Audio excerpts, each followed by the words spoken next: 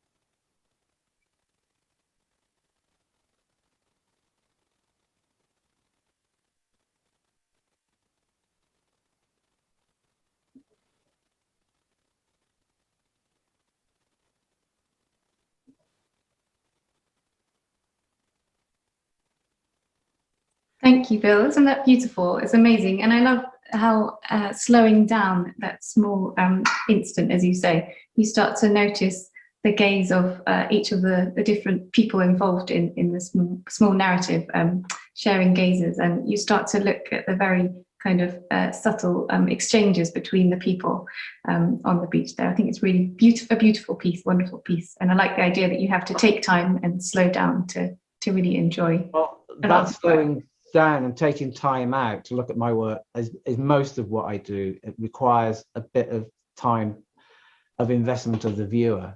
I don't do wham, bam, and that's it, it's over and let's move on. So for example, what I did with these postcards, and I've got a number of them, is, I don't know whether you can see this, but this is, in the 80s, I wanted these to be displayed on small screens, but it wasn't possible. You didn't have small TV screens. I mean, digital screens, whatever.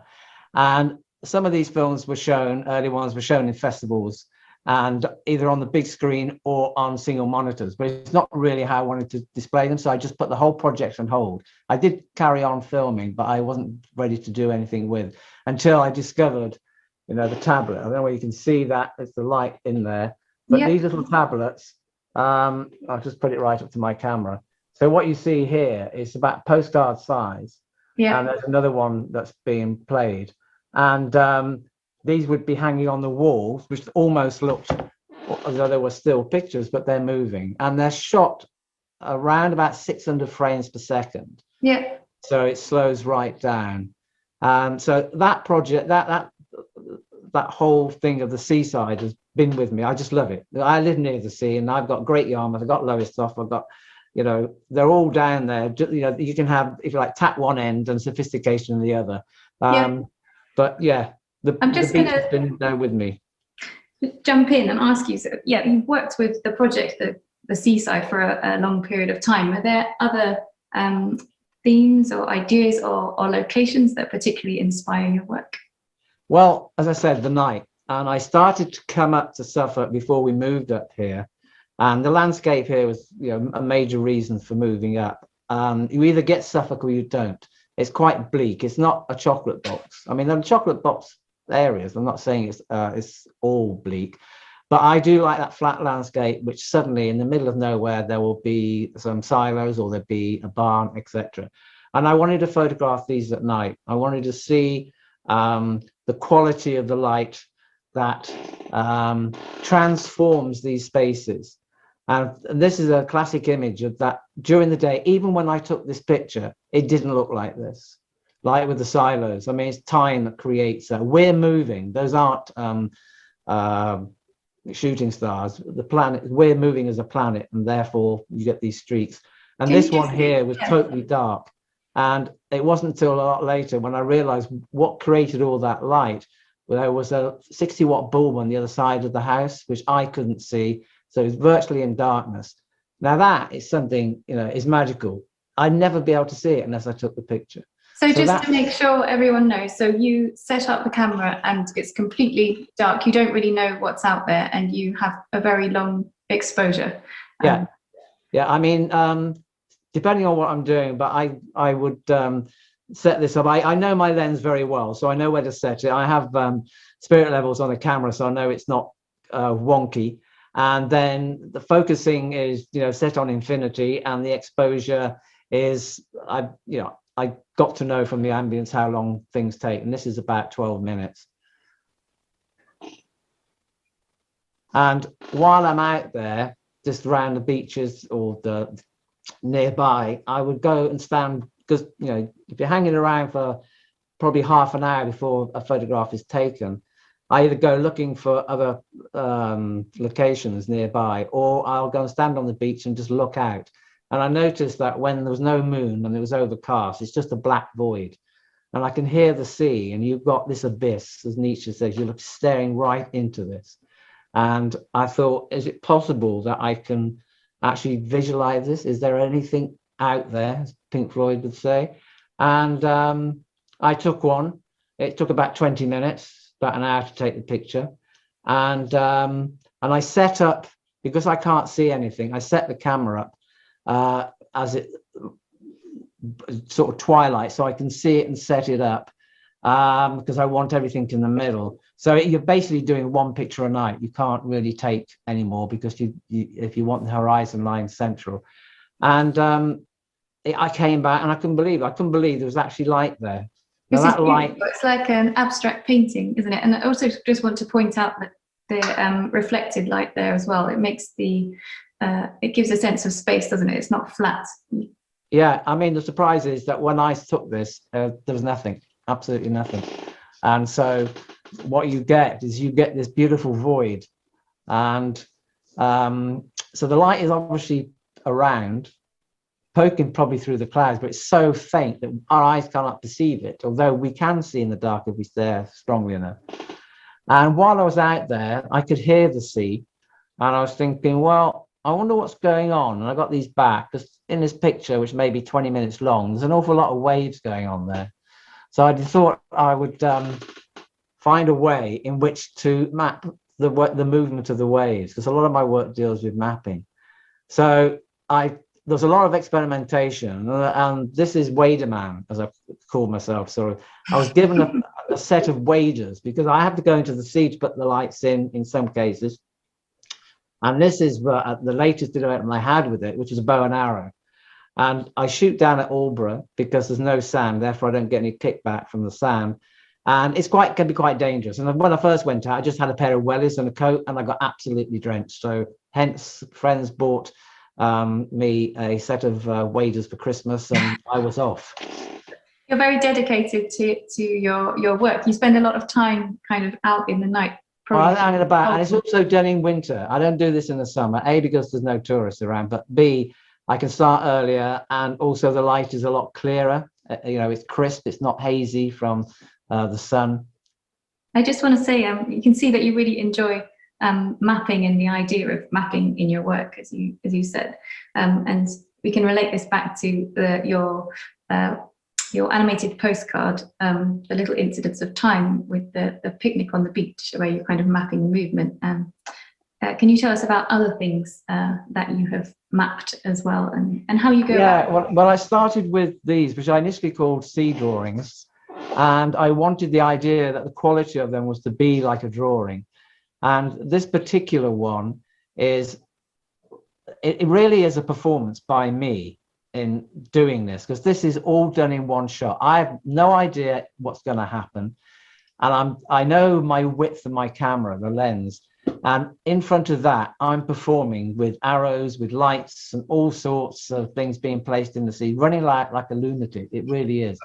And the joy of this one is that obviously during the exposure a tanker went across the horizon line, and the bit of magic which I look for in all my pictures is the fact that the line is joined with two vertical lines from two different arrows, not the same arrow. You have to do lots of preparation for this work, so lots of... Oh yeah, there's a lot of research in the different types of lights I use. I mean, I've spent a fortune on lights, and also how bright they are, what color they are, because eventually all these will be black and white. So I need to work the sort of tonality from color. And of course, having done the sea and the movement, I thought, we live in quite a windy place, and I could feel it on the beach. I thought, how does the wind move? What do we know about the wind? We can feel it.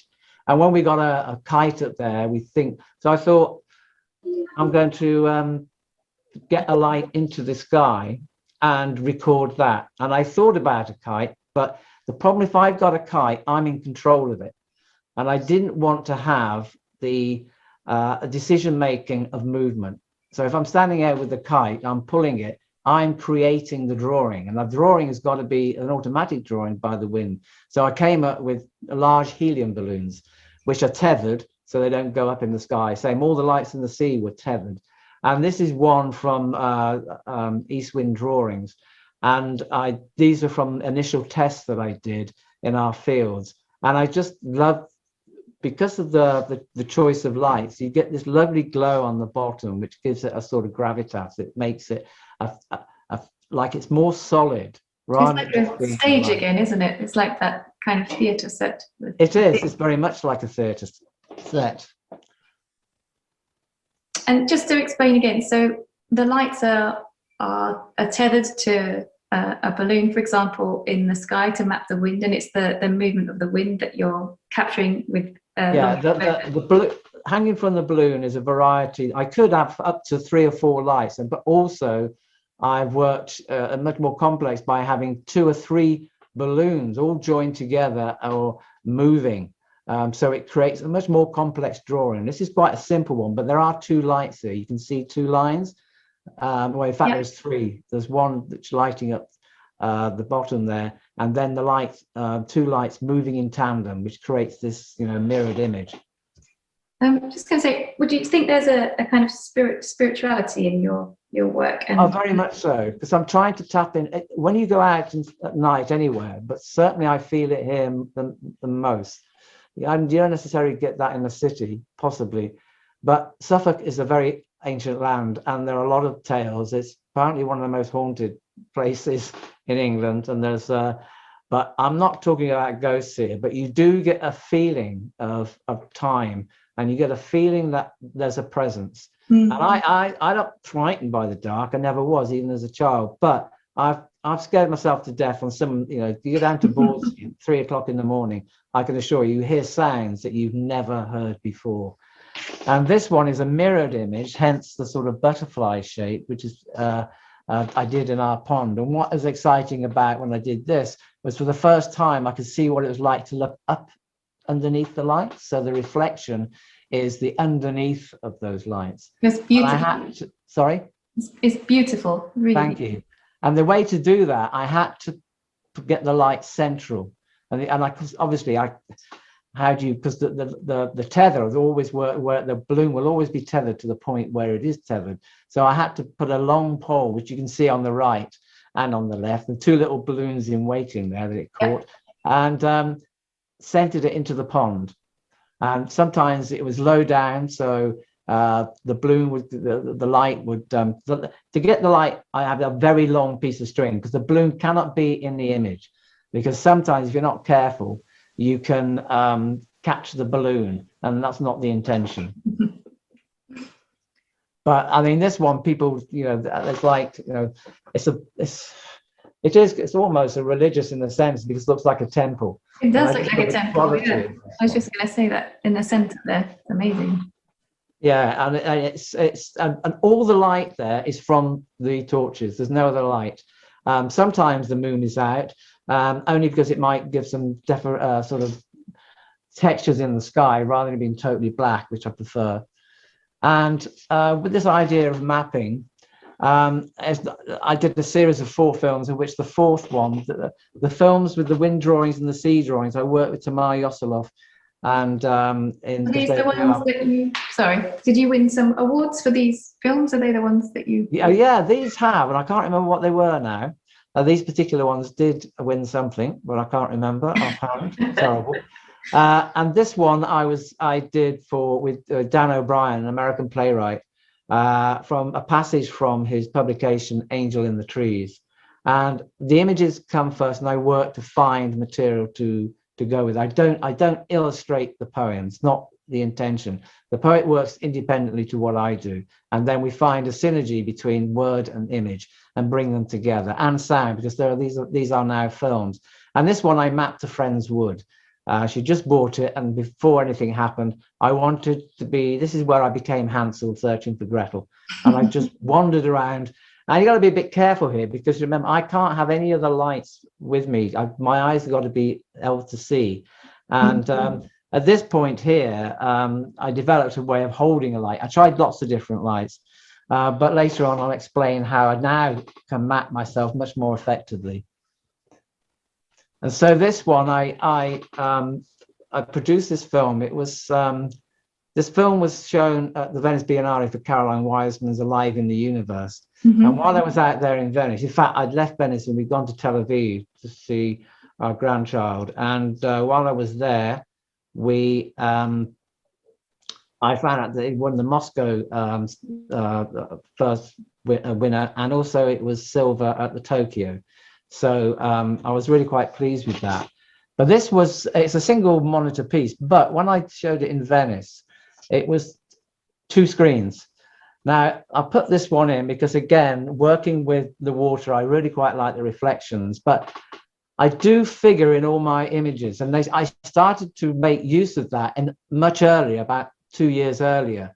So is that you lying down there in the? Yeah, it was just this is an ad lib performance by me. It's not scripted. It's how I feel, and I just felt that the way things were going here, and with those statues, that I just felt that I needed to put a presence in. And you can see here, you can see the block there where the which normally I would retouch out.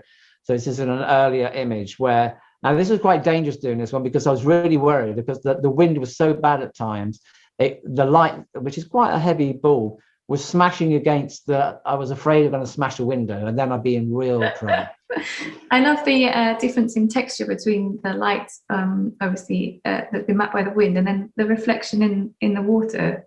Yeah, that took a lot to set up to get my camera at the right angle, and also to get the light at the right height to be able to get the reflection.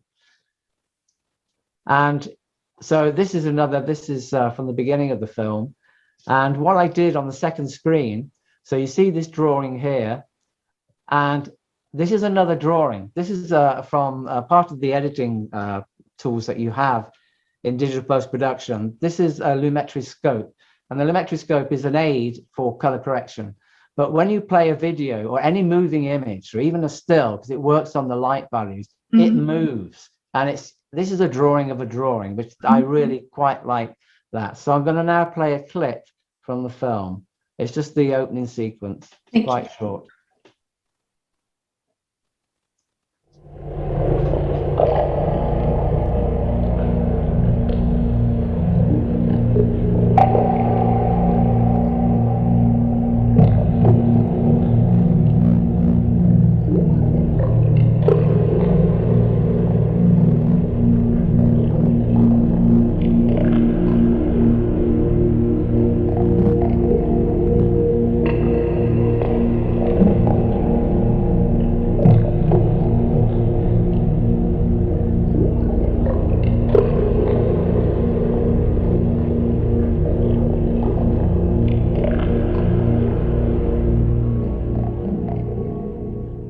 In that particular sequence there, I had a young lad on work experience who didn't think he'd be standing outside at night. But anyway, it allowed me, he could control things that I would normally have to control. And so it allowed me to move around a bit. But we're going to move on, Kasia, because I'm conscious of time. Yeah, okay. I've been working a lot recently with trees, but I have done, when we lived in London, I photographed Hampstead Heath trees for a few years, but I noticed that some of the drawings out, and this is a particular place in Westleton, it became like trees. And I started to think about trees that were once there, ghost trees, if you like. And it's about remapping the Suffolk landscape by putting trees back. And that's a project that is in continuance. And I worked with Tamar Yosov again for one of her poems called Homecoming, which is about the memory of going back and the memories that trigger off when you go back to a place you once lived. And this is what the tree is a metaphor for both memory, for what once was there, but has it ever really gone? Is the spirit of the tree still there?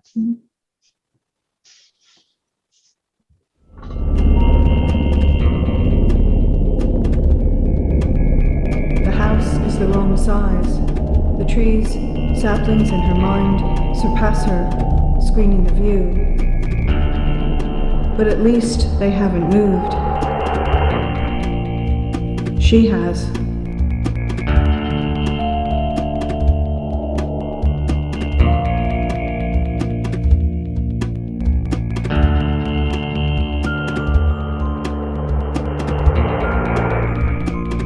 So far away, the house lives in a different time, shrugs off light as she wakes up.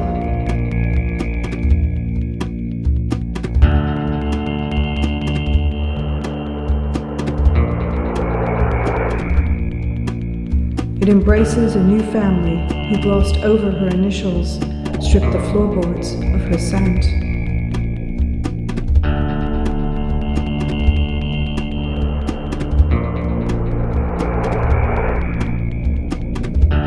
The globe that graced the desk, her father's empire, is the old world.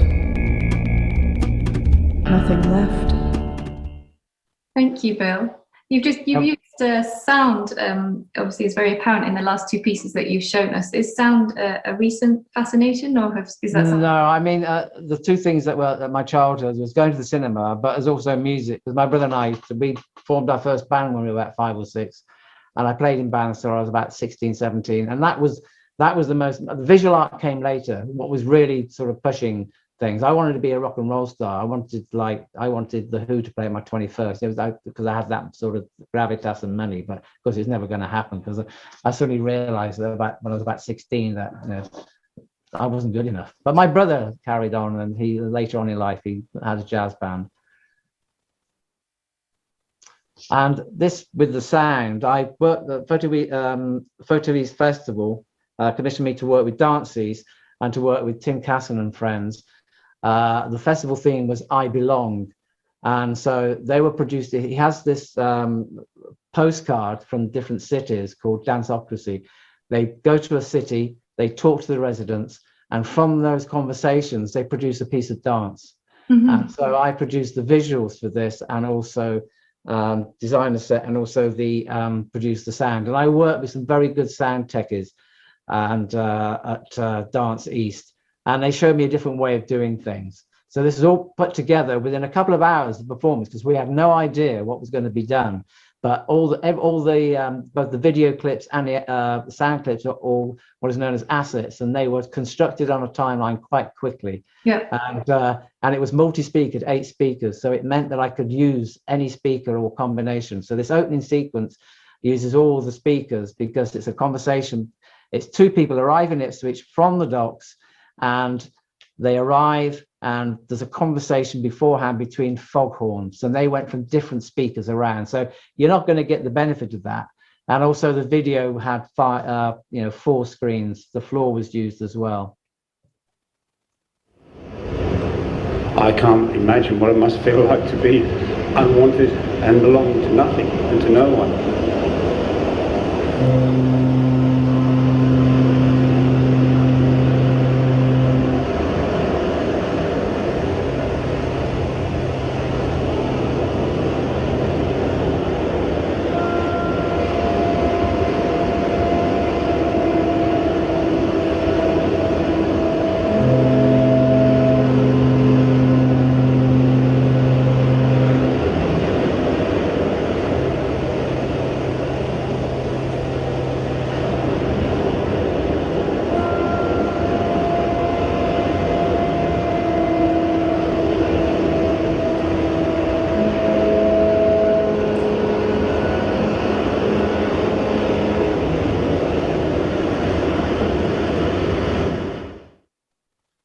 So they gave me ideas. I started to really seriously think about looking at sound in a different way, and still am. It's a major research. I call it research and investigation, other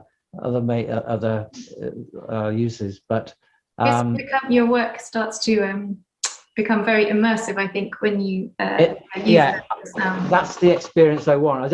It's like when I approached Man of Stones, I've been working with Lawrence, documenting his work and working with him for the last few years. In fact, we're here till 11:30 last night shooting a piece for him. But and Lawrence he's a local. I'll just say he's a local sculptor, Suffolk-based sculptor. For those people who don't know, he's one of the world's. You know, he makes and he casts his own pieces. He now has a team. It's a huge team. This is like I can't say industrial, because that's like saying it's mass produced. It's not. But his pieces now, they're not just small pieces. This is like 8 foot, 9 foot. And I decided to, and it was a commission for the new sculpture park at the Sainsbury's Centre in Norwich. And I worked with Lawrence and the Sainsbury's Centre Messons.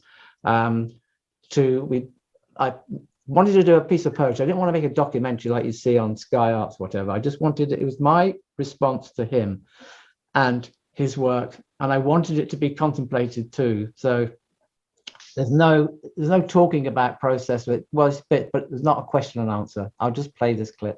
Thank you. And that's it in situ at the Sainsbury's Centre.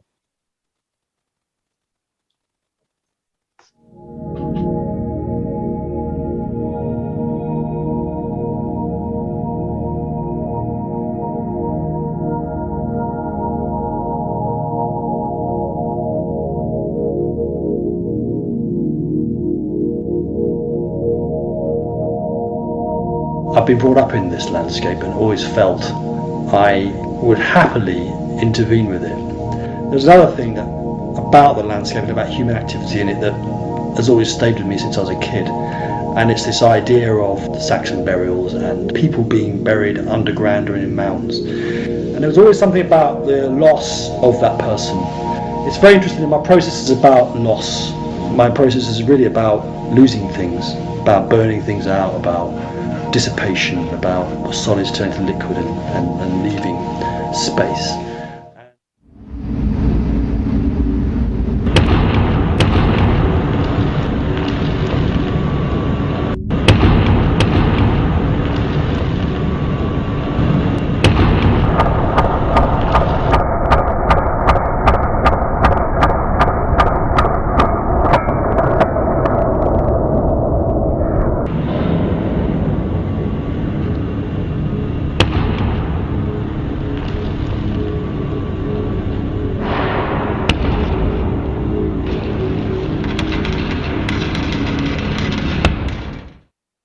Thank you so much. You were talking earlier about the importance of the sound in this piece. Can you tell us a little bit about? Yeah, I mean,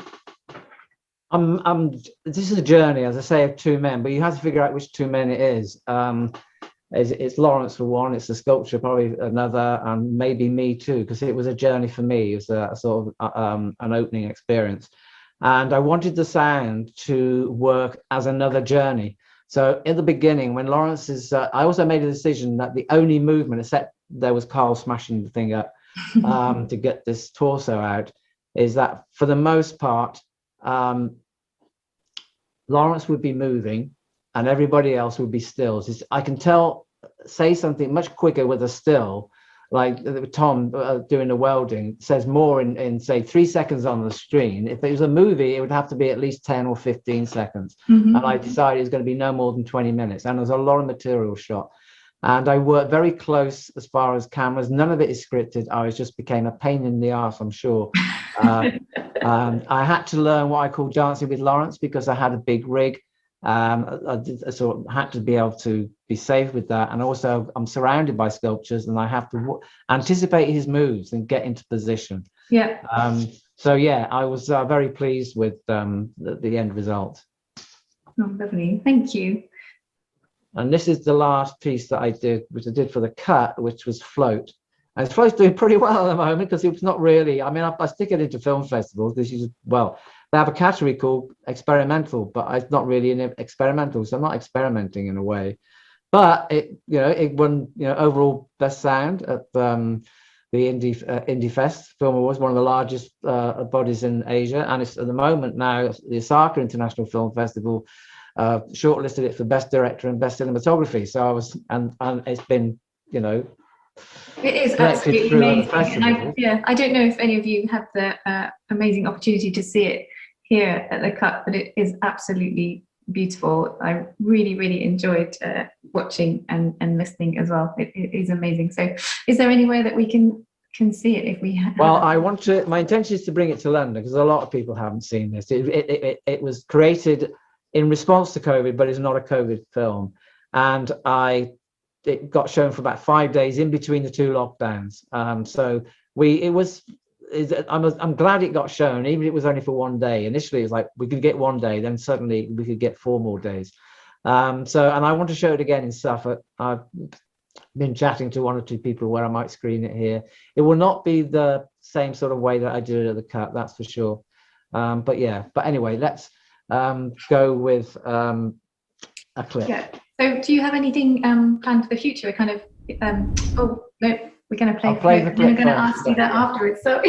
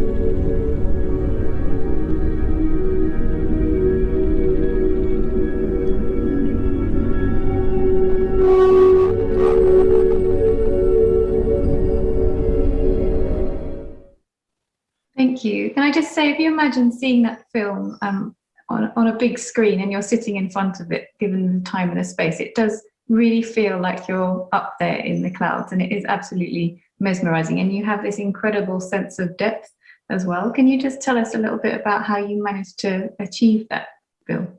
Well, first of all, I didn't want to use time lapse. I'd experimented with time lapse about 18 months ago, and I hated it. I just thought it was a mechanical process that had no relation to how I felt about anything, and it was just it's a clever gimmick that you can set cameras to.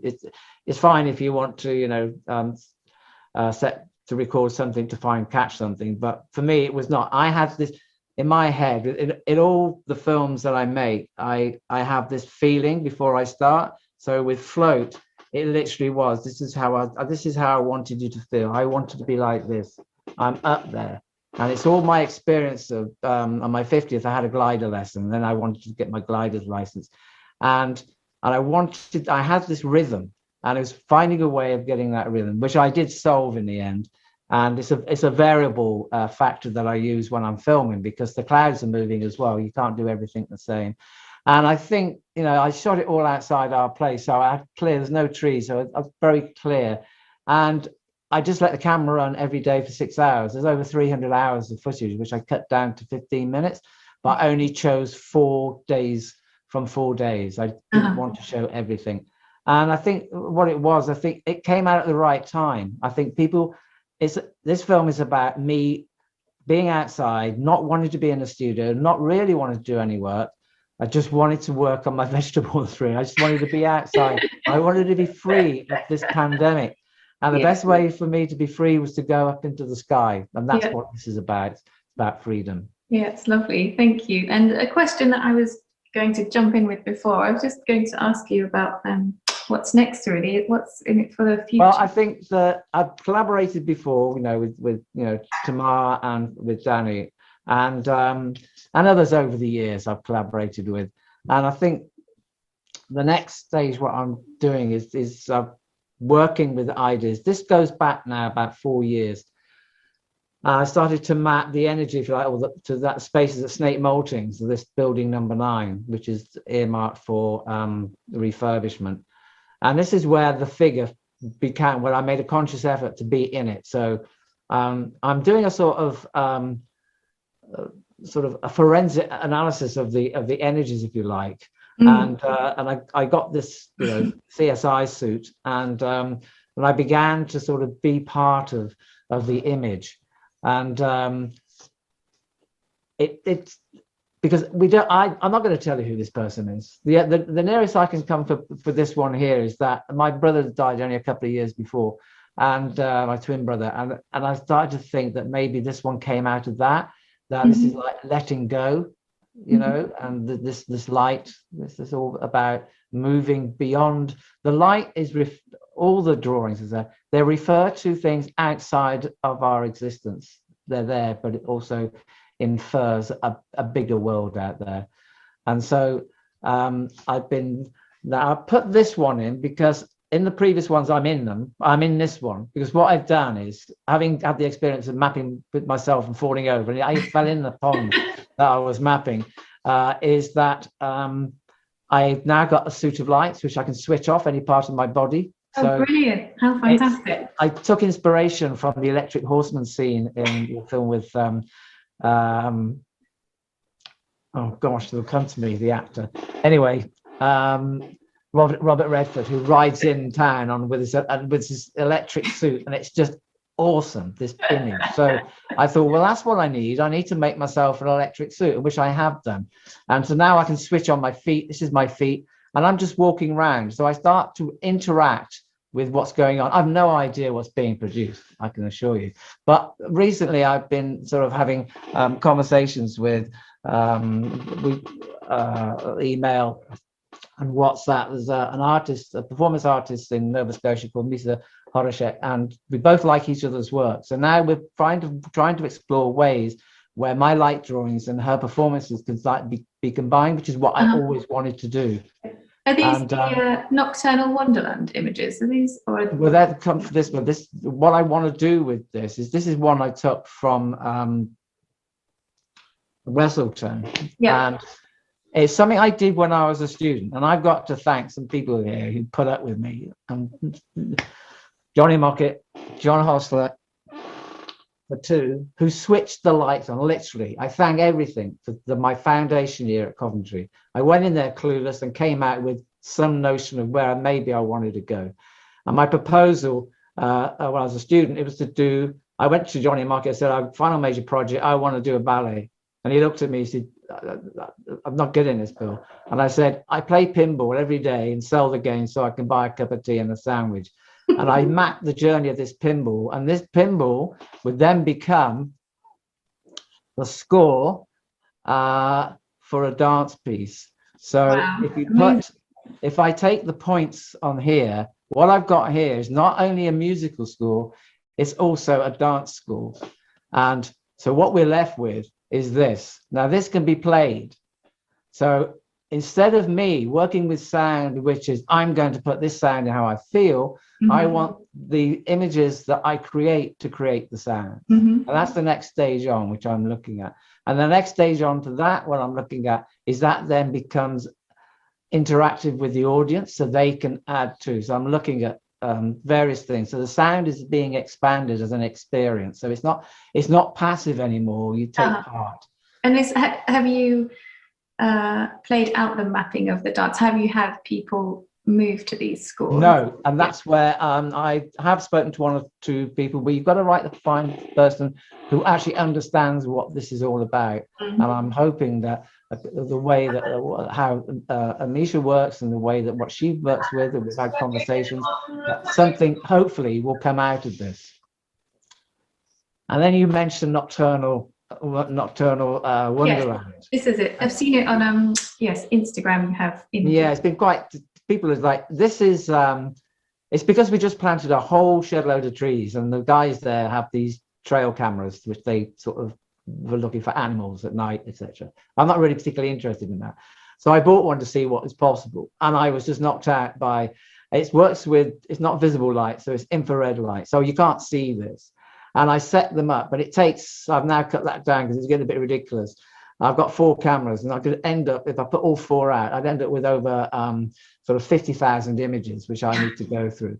But I've noticed that certain times, it's not this time of year, because these was taken a few months back, is that certain times between 11 and sort of 3 at night, there's an awful lot of activity going on. That's all I can describe to you what it is. So this is just one shot. It's over my pond.